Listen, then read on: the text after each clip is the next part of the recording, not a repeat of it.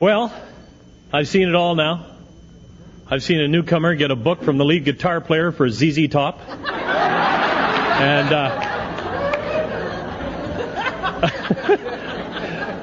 man, that's a long time sober. 46 years, Ben. I was born in 1952, buddy. This is what your sobriety looks like in human form. So you know.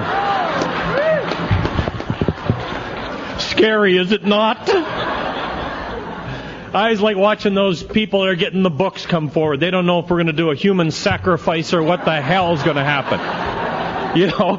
And the drunks are going boom, boom, boom, boom, boom, boom, boom. Yeah. Whoever expected to get a standing ovation for getting out of a drunk lockup? Right? So welcome to Alcoholics Anonymous. The rest of it is upside down, too. It gets weirder from here. And that's, if you could figure it out, you'd quit. You know. Anyway, I want to thank the committee and sweet little Melissa, who came and picked me up in her car and then locked it in the garage and can't get it out.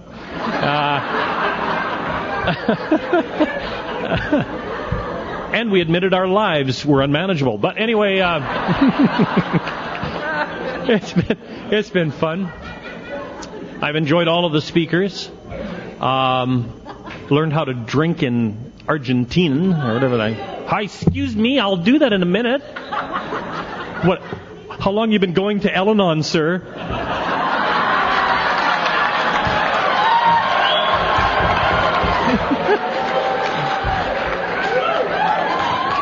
That's the one that's always trying to control me. That's why I accused you of it.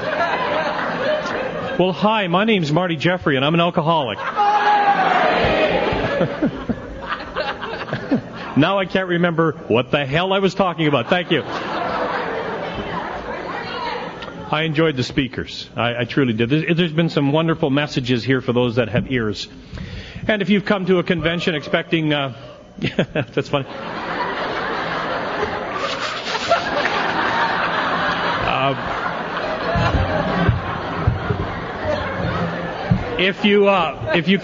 If you come to anything and expect the speakers or the committees or anybody around you to do the deal for it, it's not going to happen. The thing's inside of you. It's most interesting. You know, Henry Drummond once said that if you go to read a book a second time, there's nothing new in the book. What is new is what's changed in you. And so every convention you come to, that's the spirit of San Francisco, is this thing that's going on in this room now beyond me. If I happen to say something that was really meaningful to you tonight, chances are I was talking and you were daydreaming. And you just thought I said it.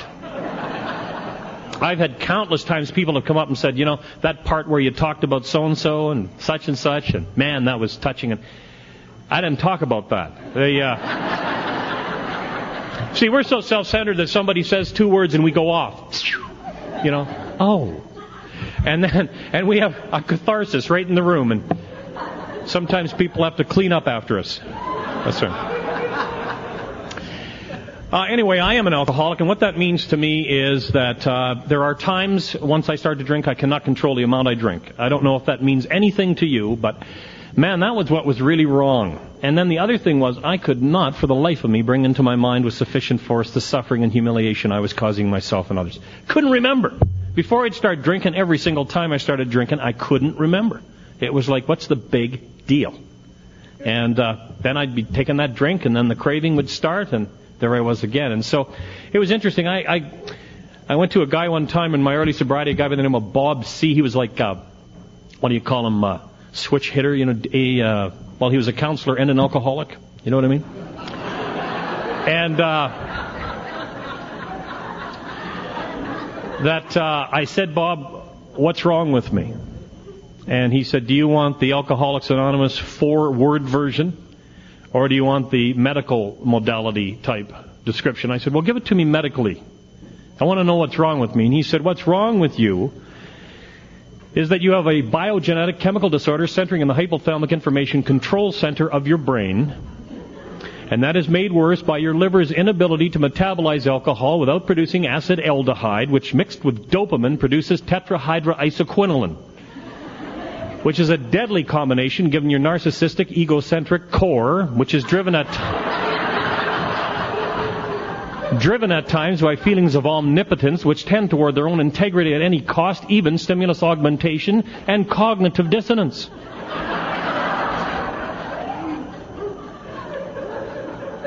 I said, what's the alcoholic appraisal of my situation? He said, your drinker is broke.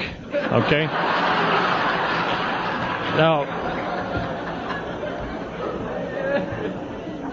a lot of what's wrong with me centers in my mind. The book says if that wasn't true, I would never start drinking, because it's not until I start drinking that the phenomenon of craving is set off, which, by the way, is exclusive to this class of human being called alcoholic.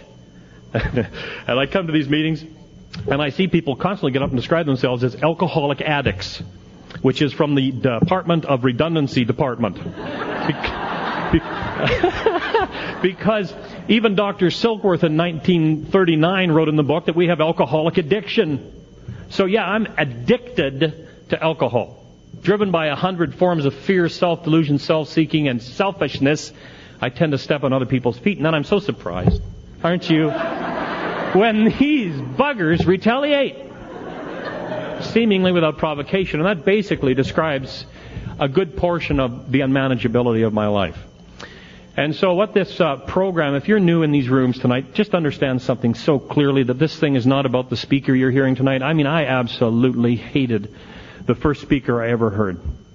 And I'm sure you're starting to feel a lot like that. But I mean, I was there to find out what not to identify. Somebody once said that our newcomers are like people going to a zoo to find animals with which they cannot identify. And so this individual said that he jumped off a cliff in Hawaii, and he'd done a number of things. I thought, well, what an ass.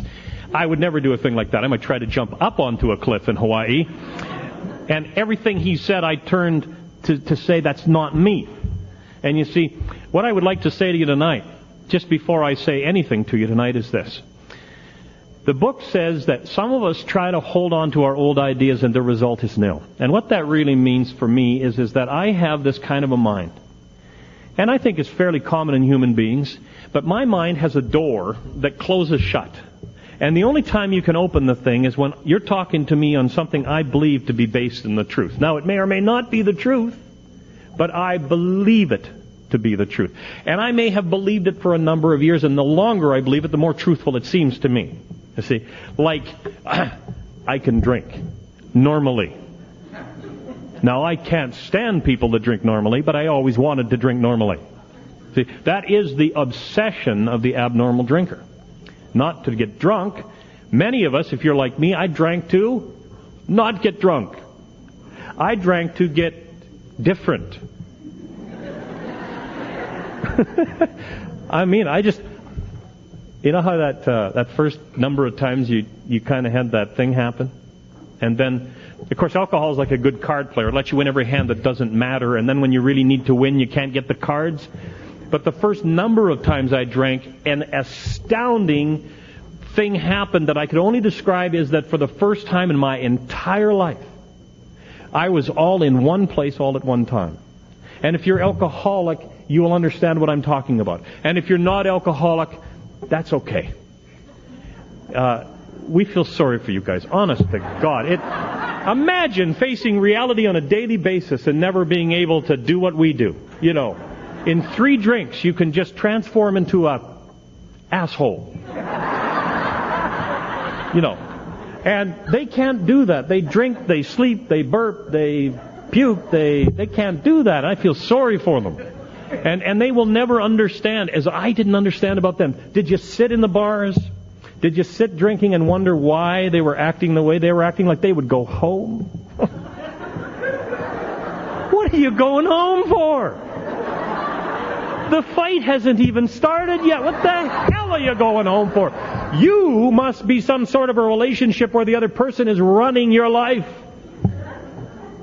You never went into the bathroom first because they talked about you. Unless it was your round. And then you went in there because then everybody else would pay. Now, if you're alcoholic, you know what I'm talking about. See, alcoholics traditionally, at least in the group I drank with, do not have a great amount of disposable income. It's kind of used up between getting out of scrapes and getting more to drink. And your life starts to focus to a kind of fine point, which is either how am I going to get drunk, how am I going to get out of the last time I got drunk, or I am drunk right now. And you see, the first time I drank, I had no idea. I believe that in my body, this process that is called alcoholism had begun long before I ever induced alcohol. The book says that alcohol is only a symptom of what's wrong with me. Some of you have already confirmed that. I mean, I'm like this sober. Can you imagine me drunk? I stopped talking. I did. I would just take a few drinks and then walk over and slap you right up alongside of your head. And I didn't even dislike you. I just wanted to see the look on your face. That's the honest-to-God truth. I was driven to do bizarre, seemingly heartbreaking things at times that in the morning I would wake up and have bits and pieces and flashes and, oh my God, why did I do that? Only to go and do that all over again. In some places, that's called insanity. Okay? Here, that's called the morning after. You see, the first time I induced alcohol, and I don't want to get into a who drank youngest contest, you know. Somebody once said that if you made love, said that you'd made love to a zebra at an AA meeting, somebody would say, well, at least yours was a female zebra, you know. You cannot go under a drunk. Doesn't matter what you've done, they've done worse. And when they come in, they admit nothing. They never did anything. And then all of a sudden they turn into terrible people. Right? Anyway, I had my first drink, I was 11 years old. I had had a bad day. Now, I mean, that's funny when you're 11 years old. Everything is just as ugly as it is now. I could figure out that life sucked. I didn't need to be 40. I'd gone to school, they'd passed around this damn form on religion. I was not big on religion. I got kicked out of Sunday school at age 10 for selling condoms. Now, I want you to understand that this was a big spiritual problem for me. For many, many years, I resented and hated churches. Because as a little boy, hanging around with another little boy whose dad was a pharmacist, we got a hold of some condoms, and all we were doing was filling them full of water and throwing them at cars. Putting them on top of our heads, you know, things like that. Not a big deal. I took them into the sanctuary and sold a few of them to my friends and was thrown out as a dirty little pervert.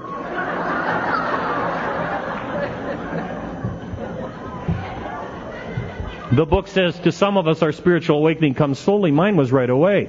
I knew if that was church, I was going to have nothing to do with it. Anyway, I carried that around for a long, long time. People would say, God, I'd think condoms. God, condoms. Condemnation, God. God hates you, condoms. And much as what is wrong with me is that I look at things through the eyes of a little boy. That was a belief upon which I was basing some of my behaviors. Think about this. If you have an untrue belief upon which you're basing your behaviors, you're going to have wrong solutions to the problems, aren't you? And the worst part is I don't know the thing upon which I'm basing it is untrue until somebody else is allowed in to analyze some of the data that's held in that 1 megabyte little brain of mine up there. And you see, when you're alcoholic, you never let anybody in, because if they knew who you were, really, they'd bag you. You know? Alcoholics, they say, are narcissistic, people that are having love affairs with themselves and cannot stand the object of their affections. I don't want anybody in my head. Man, if you ever found out how I thought, I'd have to go to my room. I was sitting at this table looking at all you girls and thinking they're right. Everyone should be a California woman. There's some pretty girls in this room. My head is a bad neighborhood. Somebody once said, Marty, when you're deep in your own thoughts, you're behind enemy lines. It is. It's true. A friend of mine in the military said that to me not so long ago. I cannot go there unless I am on a spiritual footing. So I'm this little boy. I've got all of these delusions in my mind. Things that I've decided. Hated my family. I don't know if you can identify this, but I was sitting at the breakfast table one morning, and my mother was breathing in and breathing out. Breathing in and breathing. It was really starting to irritate. Breathing in, breathing out, breathing. I'm thinking, stop that! I've got pressure over here, for God's sakes. They've handed around this form in grade 6, and it says on it, what's your religion? And I can't remember if we're Protestants or prostitutes. I always got these two damn words mixed up. This is a little boy. Me, the condom salesman, I don't even know what the words mean. And so I put in the form prostitutes. Honest to God, seriously bad mistake. I was sent in the hall to learn to understand the true meaning of the word resentment. A resentment is a reoccurring bad feeling. Man, I lived killing that teacher. I used to tire myself out. Between the sexual fantasies and killing that teacher, I was exhausted a lot of the time. I needed a drink. And so when my little friend called me over, he said, Dad is going to have this big, they finished building the house, and they're going to be free liquor. So we went over there and got into a thing called Loganberry wine. Oh, man, some of you finished up on that crap, didn't you? Man, it's magic. Goes down a real dark purple and comes up a foamy pink. Oh, yes. Floats on the water like Dream Whip. Just like when you're 11, this is good stuff. Projectile vomiting. Only alcoholics can puke over their own heads and not get their hair dirty. This is another symptom. Only alcoholics can pee somebody else's pants. You figure it out. I've seen it done. I'm drunk. I'm in this bathroom. I'm having a spiritual experience. My God, I'm all in one place. I'm thinking I can beat the hell out of my brother Michael. Did you get bright ideas when you drank? The only place you ever hear the words alcoholic and genius in the same sentence are at meetings of Alcoholics Anonymous. Our ideas were insane. Michael was 4 years my senior. So if I was 11, he was 15. What do you think my chances were? But I knew with a certainty that I could beat the hell out of him. And he had been tormenting me from the time I was a child. And oh God, I wanted to beat on him. And so I got on my bicycle. Now you see, you shouldn't drive when you're drunk. I did a skin donation for about 45 yards, and as I'm caroming across the pavement, I'm thinking to myself, this does not hurt. Another alcoholic discovery. I get on the bike, I wind it up, whack, right into the back of a parked truck. We were going through the lower companionship thing quick, real quick. I was progressing through the stages quick. I think I could have done the 20 questions and been in that day. However, people, unlike diabetics in those days, they didn't ever think of kids as being alcoholic. It was just preposterous that an 11-year-old child could progress through the stages of alcoholism. They don't realize that this disease progresses in different human bodies at different speeds. Some of us become physically ill right away. Some of us take years. I used to go to the meetings when I sobered up at 23, and some of you old farts would talk about drinking for 40 years, and you would come over to me and say, how could you possibly be alcoholic, you little snot? And I would say to you, how could you stay out there that long if you're really alcoholic? What the hell were you doing? Drinking every second Friday or something? And then I have a badly damaged liver. I still have a badly damaged liver. What do you want me to do? Die? Would that be enough proof for you? And then they come up and say, oh, you're so lucky to be in here. Oh, am I? I can't get any deader than dead. How lucky do you think you were to get in here? So for you young people that are in the room, I think you're just where you're supposed to be. You drink just the right amount for just the right amount of time, and you come here, and if you don't, you have two choices, insane or die. I don't care how old you are. I don't care how you're dressed. I could care slightly what your sexual preference is. And the more you try and differentiate yourself, as soon as you start saying I'm different than everybody else in the room, you set another peg in that thing called isolation. Don't do it. Just come here, lay down your pack. If you're a drunk, you're a drunk. And if you've got thinking like I've got thinking, you're going to be okay. That's the good news that's in these rooms. Because that night when I went home to beat my brother up, I was well on my way.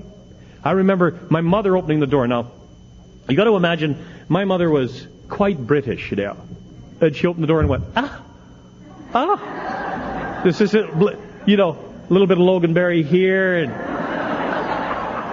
I wasn't alcoholic yet. I had learned how not to do that puking thing. A little bit of blood, my knees out of my pants, and I'm lying right away. I only drank 2.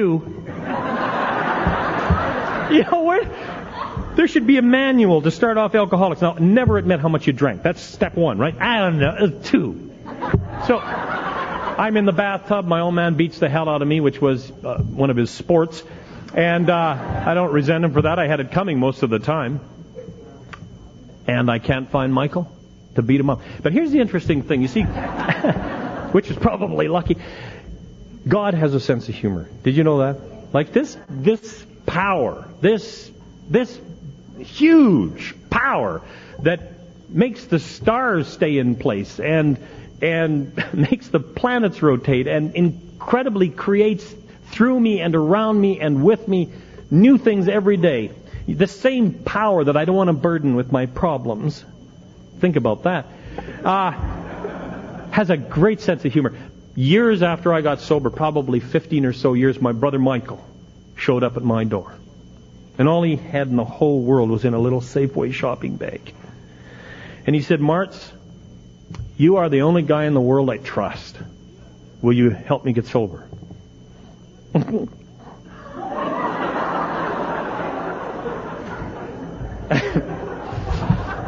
Oh yeah, sure I will. Come on in, son of a bitch. I'll help you all I possibly can if you will do precisely what I say. Yeah, Michael's sober today. By the grace of God, certainly nothing I did. I remember watching him come off drugs and dope and booze and everything in my basement. And that bond that was between us was incredible. I mean, from this hatred, this was turned in the wonderful alchemy that is Alcoholics Anonymous into this incredible brotherly love. See? And then my other brother, he got sober too, Paul. Like my mother, again, didn't know anything about alcoholism. She's got these 3 loonies. Now, Paul got sober and then he started to put stuff up his nose. He found out a whole new purpose for the top of tank tops of toilets. You know? And, but he's still going to meetings. And so I sent him a bumper sticker one time that said, my other car is up my nose.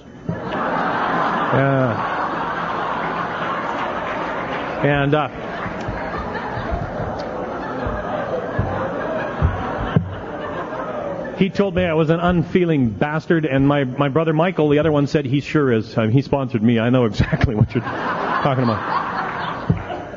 Paul is clean and sober today. Paul is 50 years old, having one baby after the other. I think he finally found out what the plumbing was for or something. I don't know. It's excited to be on the planet. So isn't it wonderful? But anyway, my mother, the only alcoholic that was in our family was Uncle Sam. And Uncle Sam used to get drunk and close one eye.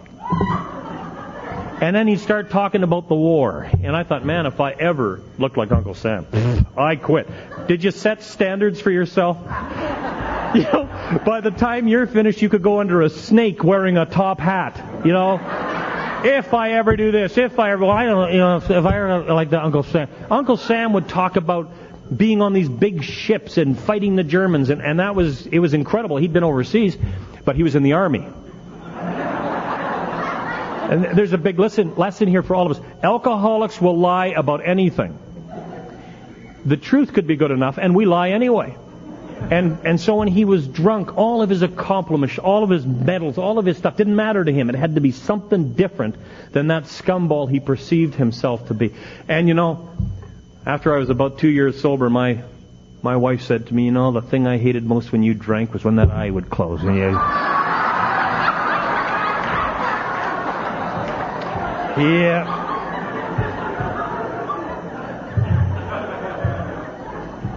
So alcoholism is very monotonous. If you're just starting out, very monotonous. You tend to do the same things over and over. People sometimes say that a definition of insanity is doing the same thing over and over and expecting a different result. I don't think that's quite right. I think that that insanity, one of the symptoms of insanity, is doing the same thing over and over and expecting different results. But certainly the monotonous aspect of alcoholism is present in every single person with whom I've ever spoken.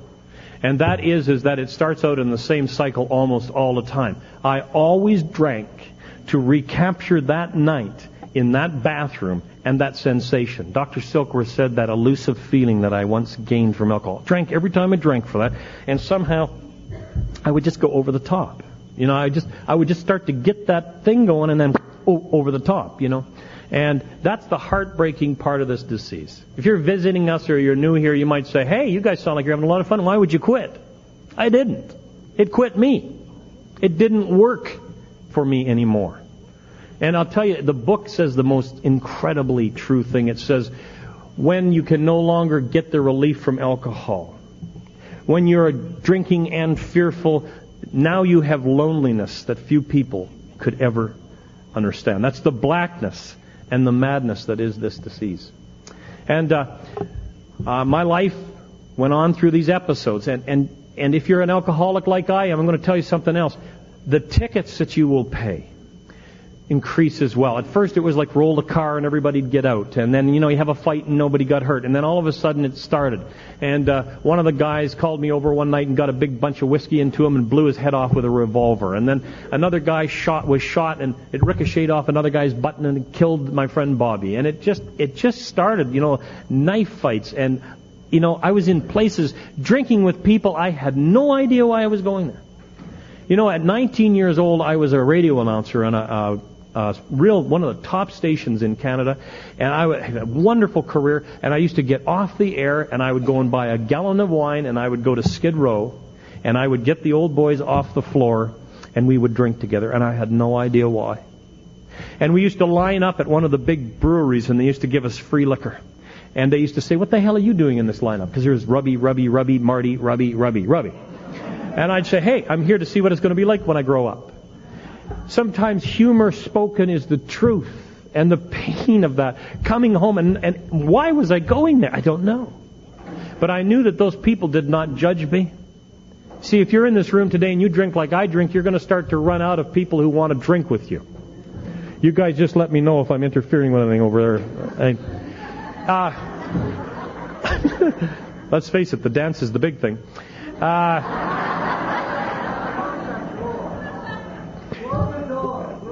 It's interesting, if you're new in the room tonight, you will see the band hold their hand about there, and there'll be 15 alcoholics on the floor dancing immediately. Do you remember when you used to have to kind of... 2 more drinks and I'm going to ask her to dance.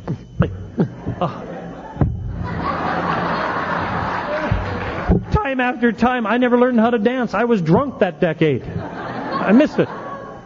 So anyway, it goes on and on. I don't want to bore you with that. I want to talk to you about the last night I drank, because the last night I drank is extremely significant. Because it started like so many times before. The pledge had happened the night before, I will never drink again. Now I know that's an uncommon sort of a statement for a lot of people, but I was making this with an ever-increasing frequency. And I had said to God, if you just please get me out of this scrape, I will never drink again. And I had done some incredible things. I really believe that the book talks about demoralization, the picking away of your morals. That if you are an alcoholic like I'm an alcoholic, the things that you've done that are the black, mad things in your life will be the things that are the most tender to you. That those things that you consider to be so ugly might not even offend some other people, but to you, they're against your inner truth, against your morals, and therefore they are what you have to deal with. And I was on a continuing basis going down, saying, man, why do I do that? And then I do something worse. And it was getting to the point where I was afraid to drink with me. See, I used to be able to predict when the fight would break out. I used to be able to predict when I would kind of go into a haze. And at the end, I could predict nothing. I couldn't even tell you whether or not I would get drunk. I had no earthly idea. And people say to me, why did you quit? I'll tell you why I quit. Because I lost hope. Absolutely lost any hope of this stuff doing anything for me. I lost hope in the real world. I wasn't having trouble drunk. I was having trouble sober. It was between the drinking episodes that my life was hell, and I don't know about you. A lot of people talk about drinking around the clock for 200 years or something. Forget all that crap. It says in the book you may not even become a continuous hard drinker. Just that once you start to drink, you lose control of the amount you drink. That's the only qualification to be here. And then to have a desire not to be like that anymore. And see, so what had happened that night was I had gone to the radio station party. I had picked up a pizza. I had walked over to the man I admired more than any other human being in the world, the president of our radio station. I adored this man. And I walked over to him without a word and shoved that pizza right into his face in front of everyone. You think he was surprised. I was surprised, And then I did some other things that were just, oh, God, why do I do these things? And I woke up with the bits and the pieces of the night coming through my mind. And I was thinking, how did I get started again? Because I remember I made a solemn pledge to God I would never drink again. And then I remembered I was in the record library, and I was thinking to myself, man, did I tell God I'd never drink again? See, this is cunning, baffling, powerful. This is what they mean by cunning. This is alcoholic logic. Did I say I'd never drink again? Or did I mean I'd never drink again to excess? Oh, and now I'm thinking, now I need some data. Okay, let's do the Bible. The Bible's always good. Let me think. Christ's first miracle. That's it. Turned water into wine in Canaan. Christ wants us to drink wine. He wants us to drink wine. I've been drinking that damn scotch. If I would stay on the wine, I'd be okay. Does this make any sense to any of you? Oh, yeah. Okay, if you're new in the room and it makes sense, get a group list. Normal people don't think like this. Normal people stick their hand on a stove and say, damn, that was hot. I don't think I'll do that again. We stick it on there and say, I wonder how long I can hold it on this time.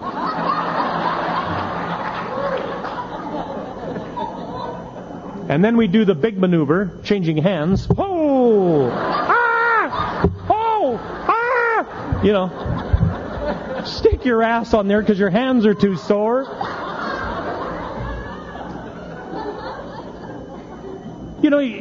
It's so incredible. This thing is so powerful.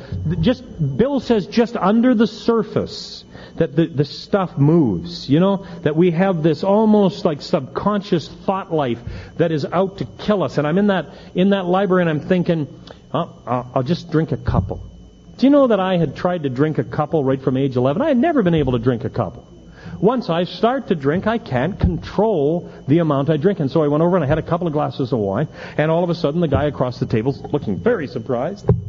I said, what happened? He said, you just slapped me across the face. What the hell do you mean what happened?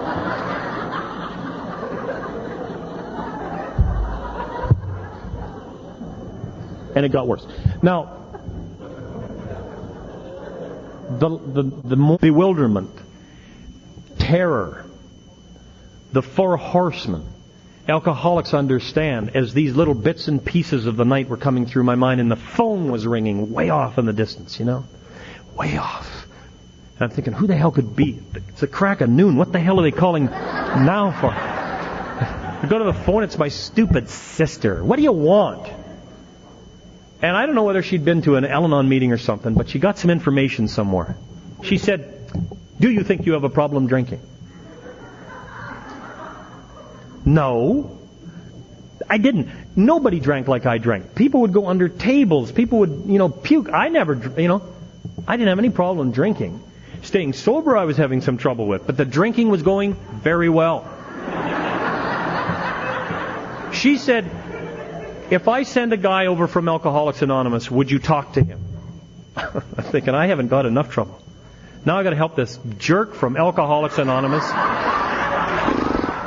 I figured, what the hell? Maybe I can make a donation or something and they'll go away. Everything I say from here on, I want you to know, it sounds like criticism, but it is the deepest. It is with the deepest affection. This man that came into my life saved my life. He had some shortcomings. He did not understand the meaning of the word rejection. Just didn't get it. He had no earthly idea when he'd overstayed his welcome. Not a clue. It's time to go home, Dwayne. Go home, Dwayne. Jesus, go home. Don't you have a home?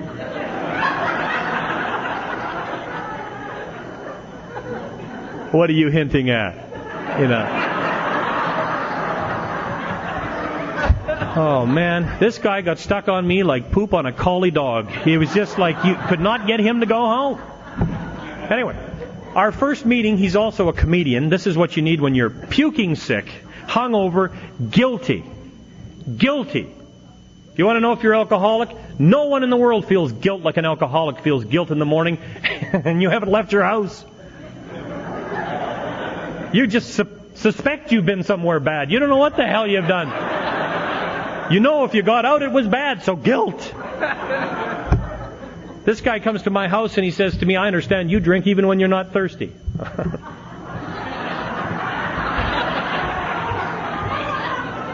Oh, man. He's 6'4". He's a Norwegian. My wife was a Norwegian. I hated Norwegians. Out of the 2 million recovered alcoholics in the world in 1976, God digs up a Norwegian. And the guy's proud about being a Norwegian. He's really happy about it. And I go and you think of my father-in-law, who used to swear at me when I'd pick my wife up. You know, I'd walk by him to go and get her, and I'd hear him say, at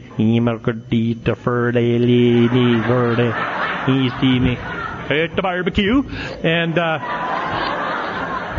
so I thought, oh man, there's some sort of Norwegian network or something. And so anyway, we go for coffee. Now, do you remember ever drinking coffee, like before you got in here? Like he said, let's go for a coffee. Why? We'll talk. Why? And we went for coffee, and you know, in the chapter Working with Others, it says, you know, if your guy's in the right frame of mind, tell a few humorous incidents. This guy did not even find out if I was in the right frame of mind. He just started talking about getting drunk and doing stuff. God, we love to talk about ourselves.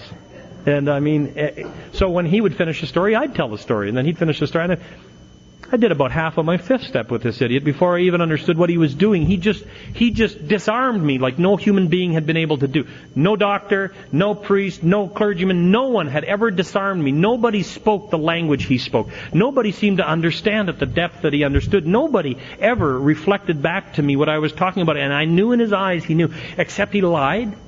You know, he said he'd been sober 13 years. I don't think so. You know, I knew what happened to people that were sober 13 years. They became Mormons. Went to Argentina.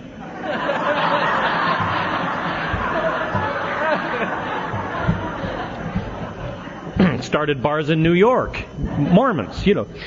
Anyway, this was the most disconcerting. I thought, I got to get the hell away from this guy. And so he made this absurd proposal. He said, come to a meeting. I said, what kind of a meeting? He said, a meeting of Alcoholics Anonymous. And I thought, well, when is it? He said, it starts tomorrow morning at 9 o'clock. It's 1 hour. You'll love it. I said, okay. Because I'm an alcoholic. Alcoholics will agree to anything if there's time to get away. You know that? And so I left the house at 8 o'clock, and he was out there waiting for me.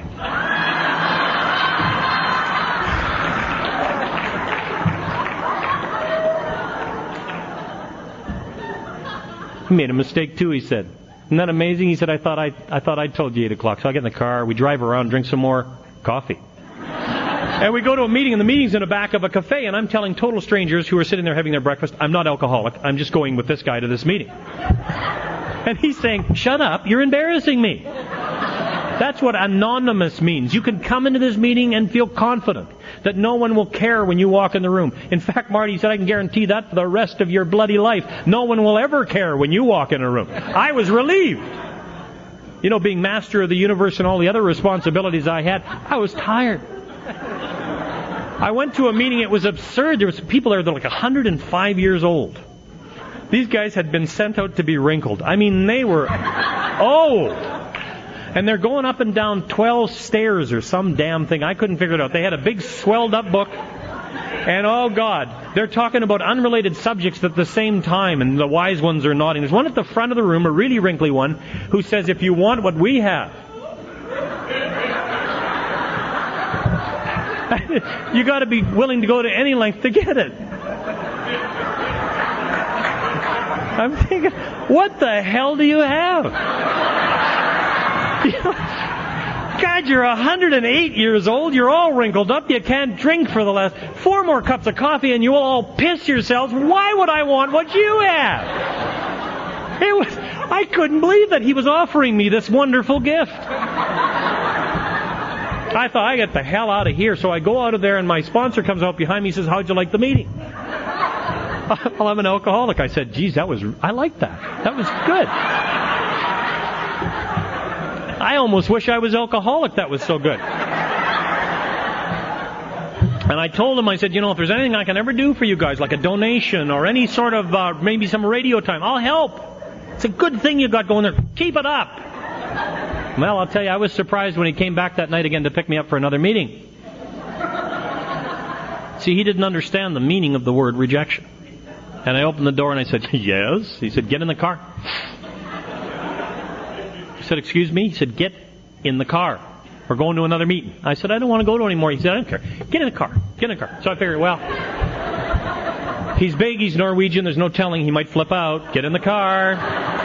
And we go to a meeting, and there's a bunch of those old guys at this meeting, except there's a couple of girls. Hookers, I figure. Oh, yeah. Well, I didn't know anything about Alcoholics Anonymous. What the hell did I know? Women that drink, women of the night, hookers. Well, you know that part in the meeting where they always say, does the newcomer have anything to ask? I said, oh yeah, I got a question. They said, what would you like, Marty? And I said to these girls, you guys hookers? You see, I'd been thrown out of everything meaningful. I knew how to get thrown out of a meeting, and I wanted rid of these people, so I thought this would offend them. And you don't do that with alcoholic women. You just don't. Ruth looked at me, and she said, you know, I never was a hooker.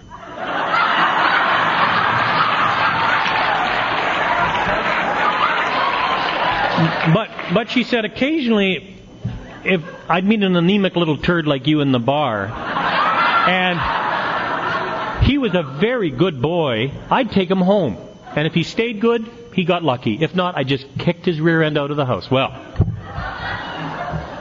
I hate women in Alcoholics Anonymous now, too. I hate Dwayne. We get in the car. I say, that's it. I'm not going to any more meetings. He said, oh, that's ridiculous. Of course you are.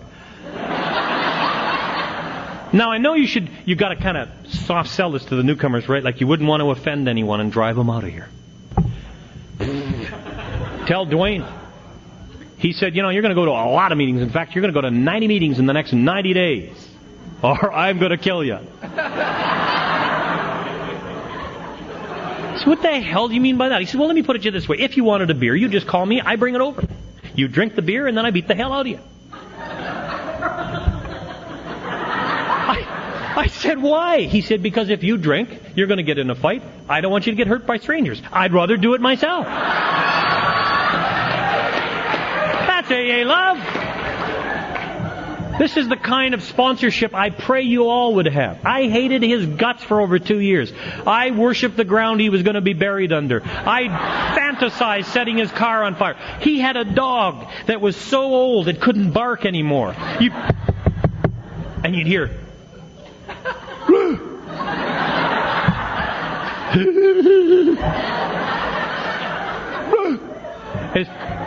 Man, everything around these people was 108 years old. This dog did tricks. You know, this is what you need. You're just sober. I mean, I've come out of a fast life. I used to, bars and booze and music, and he's got a dog that smiles. This was, come on, Tinker, smile, and the dog would go. And the sober drunks would roll on the floor laughing. This is a big night. Hey! That's good. Let's go over to Dwayne's, not drinking, watch Tinker smile. Jeez. No wonder I drank. But I'm scared of this guy. I'm terrified. And you know what he told me? He says, we got AA police. I said, what are you talking about?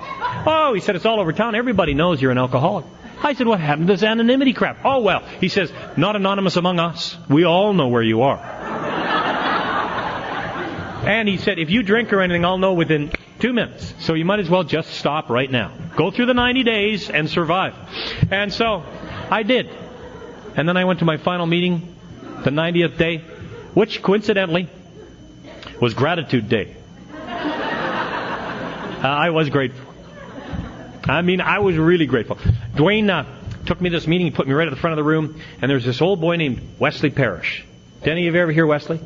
Oh, get a tape. What a dog. Anyway, Wesley finished his talk. I hated him. I hated everybody. Because I hated me. In fact, everything Wesley talked about, if I just stroked out Wesley's name and put Marty's name in there, it would have been my story. That's why I really hated him. Because I thought Dwayne had told him everything about me. I thought that the big book had the word Plattsburgh in New York in there because that was the only city in the United States of America at that point I'd ever been to. That's how self-centered I was. They published a whole book with Plattsburgh, New York in it, so Marty Jeffrey would think that he was at home. You know, there is absolutely no limit to this thing called selfishness and self-centeredness. When you come in these doors, let me tell you something. Your best thinking is what's going to kill you. And so Dwayne, for a period of time, said, you can't think?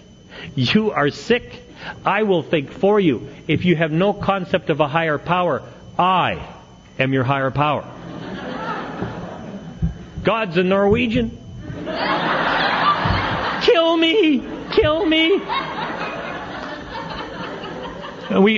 Wesley finishes this talk at this gratitude meeting I go to, and I mean, it's like everybody stands up and they're all in love and they're all hugging and kissing. I want to get out of there because I'm going to puke.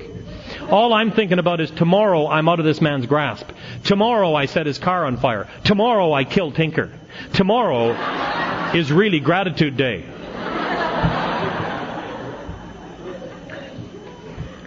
You know, I believe with all my heart and soul that you hear when you hear and you see when you see. There's a guy from California named Chuck C. used to teach that. I listen to him all the time. I mean, he's just a mentor to me. Just a marvelous, marvelous insight.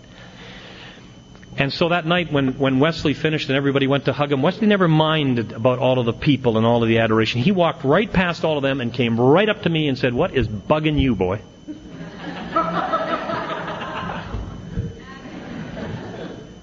"Yeah, you." He said, you look miserable."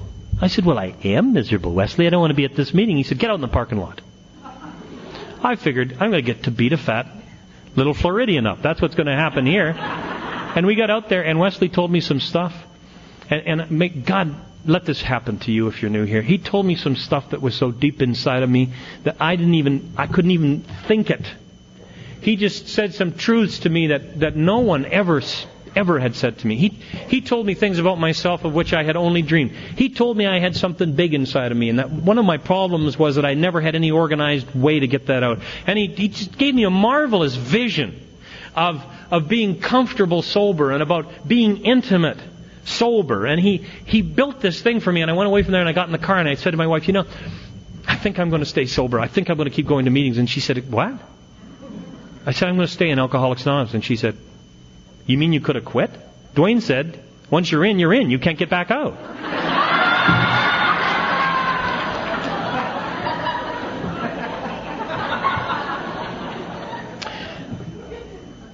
Alcoholics Anonymous, if somebody's told you that all you're going to get here is sober, I'm afraid they're selling you just too far down. What there is in here for me was an unfolding of my human spirit, an unfolding of my intellect, an unfolding of my ability to be a friend and a father, and all of those things that I longed for but could never touch. In Alcoholics Anonymous, there's absolutely no limit to what a human spirit can do.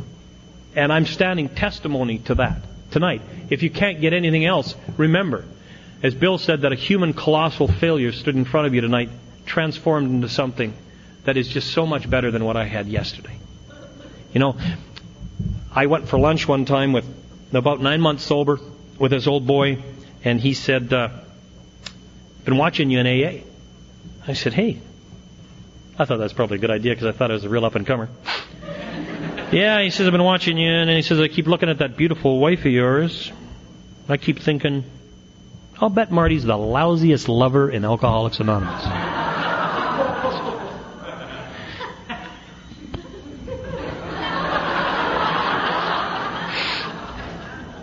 So I said, "Bob, I don't know what your point is, but I'd make it really quickly." "Ah," he said, "I know, no point. I just think you'd be lousy in bed, that's all."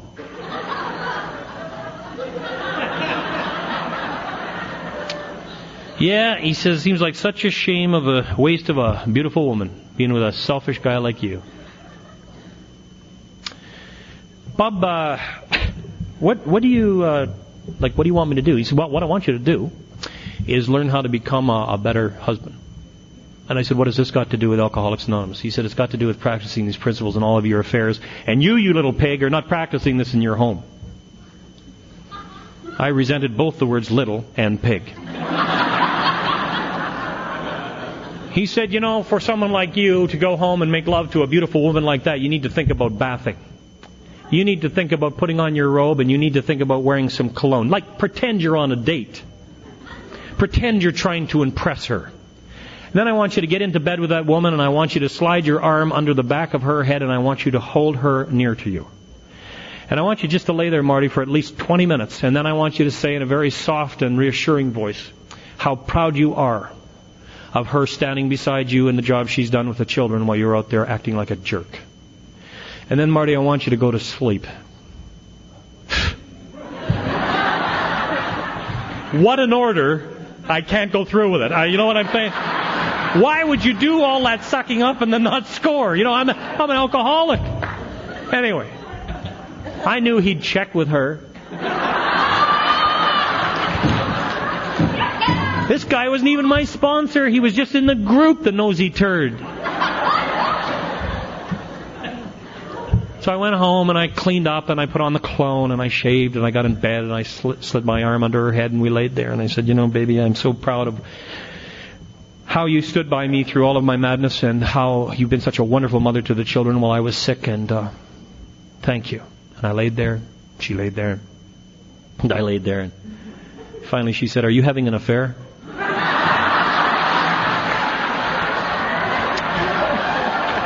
Yeah. Thanks for sharing that with me, Bob.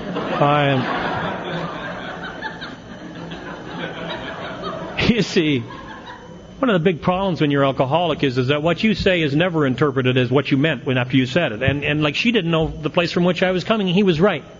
I had never slowed down long enough to have any intimacy with that woman. I was just mixed up. I didn't know any better. Thank God some big snotty AA old-timer stuck his nose into our business. It saved our marriage.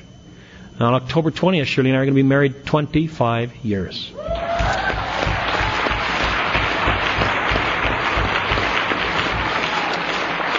And 2 months ago, because of the program of Alcoholics Anonymous, because of the things you've taught me and the wonderful gifts that God has given me, I was in a financial position to go to New York and buy her 4 carats of diamond ring, to take it home to say to her, baby, will you marry me? She said, are you crazy? I did it once, I will never do that again. Now she's got the damn ring and I'm not getting anything out of it. I'm thinking of reverting back to the head under the arm, trying to suckhold a little bit. The book Alcoholics Anonymous says that alcoholics are incapable of forming and maintaining a meaningful relationship with other people. That's the nature of what's wrong with me. It says that I try to wrest satisfaction out of life by managing well, trying to get people to do, say, and be the things that I want. It says that I'm dead if I don't learn to surrender to a power that's outside of myself. And you see, this power, I don't know about you. I haven't had a lot of times when God has spoken directly to me. I have had a time when I heard a voice. I was in the ocean in Hawaii. I was going to talk at a meeting. And I said to God, I am so unworthy. Why would they call an idiot like me to talk to this group? I am just absolutely not capable. And I heard a voice that sounded exactly like my own voice in my head say, you just tell them to believe their own miracles. That's all you need to tell them. And so I went into that meeting that night and I delivered the talk much like I'm doing there. And I said, oh, by the way, God said to tell you guys something. He said, you're supposed to believe your own miracles. And after the meeting was over, there was the usual, 2 or 3 people that come up to thank you. Because their sponsor said they had to.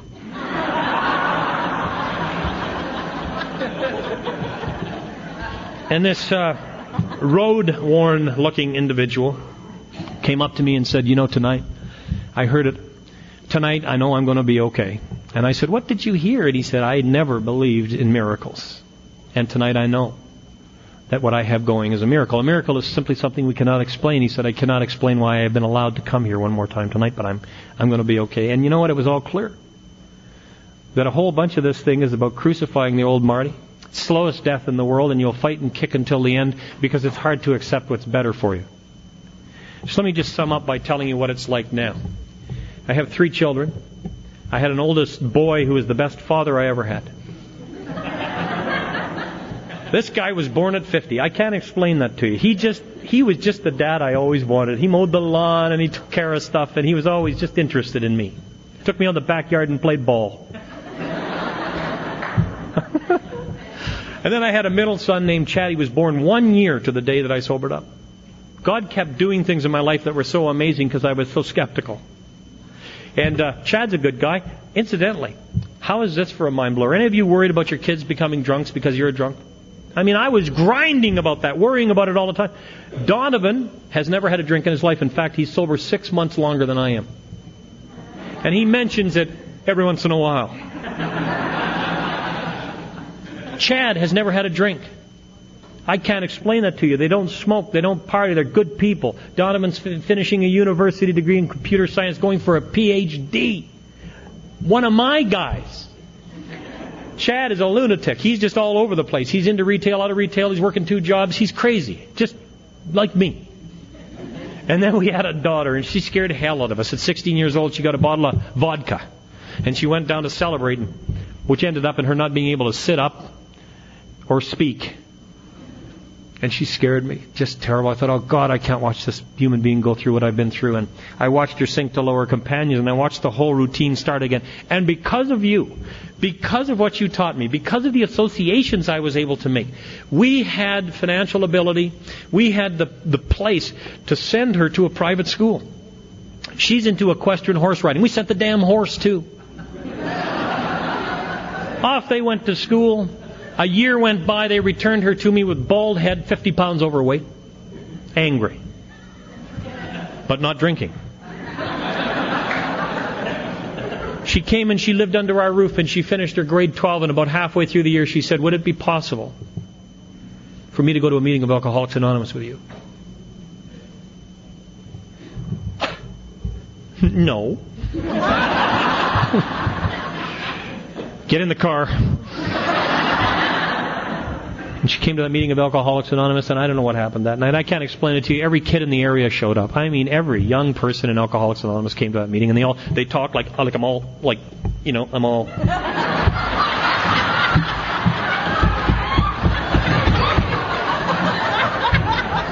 And she's going...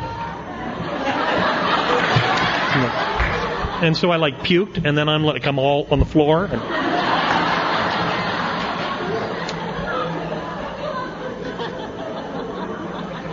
And a miracle took place again, and all of a sudden I got this sober kid. And she found a boyfriend that doesn't drink. I can't explain any of this to you. I'm just telling you, whatever you're dreaming for, it's too small. Get rid of all of what you think's going to happen. It's too small. It's not worthy of you. Expect some incredible things in your life. Expect some pain. Because, you know what? Earth people have it too. Amazing to find out they also had flat tires. Yeah. Expect a miracle in your life. When you do the steps, it says, you know, if you've been painstaking about this phase of your recovery, which is that you're cleaning up the wreckage around you. You're making amends. That's the wreckage. That's the painstaking part. Expect to know a new freedom and a new joy. Expect to really comprehend the word serenity and to have peace. Expect that the fear of economic insecurity and fear of people will leave you. Don't expect to get rich. You just won't be scared to be broke anymore.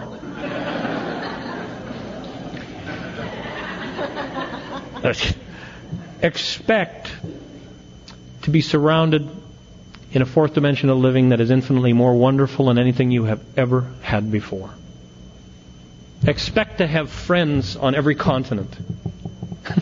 It's so joyful. Shirley and I today are an empty nest. We've got a beautiful home. We've got just everything in the whole world. And you know, if I really got humble about it, which I do every once in a while,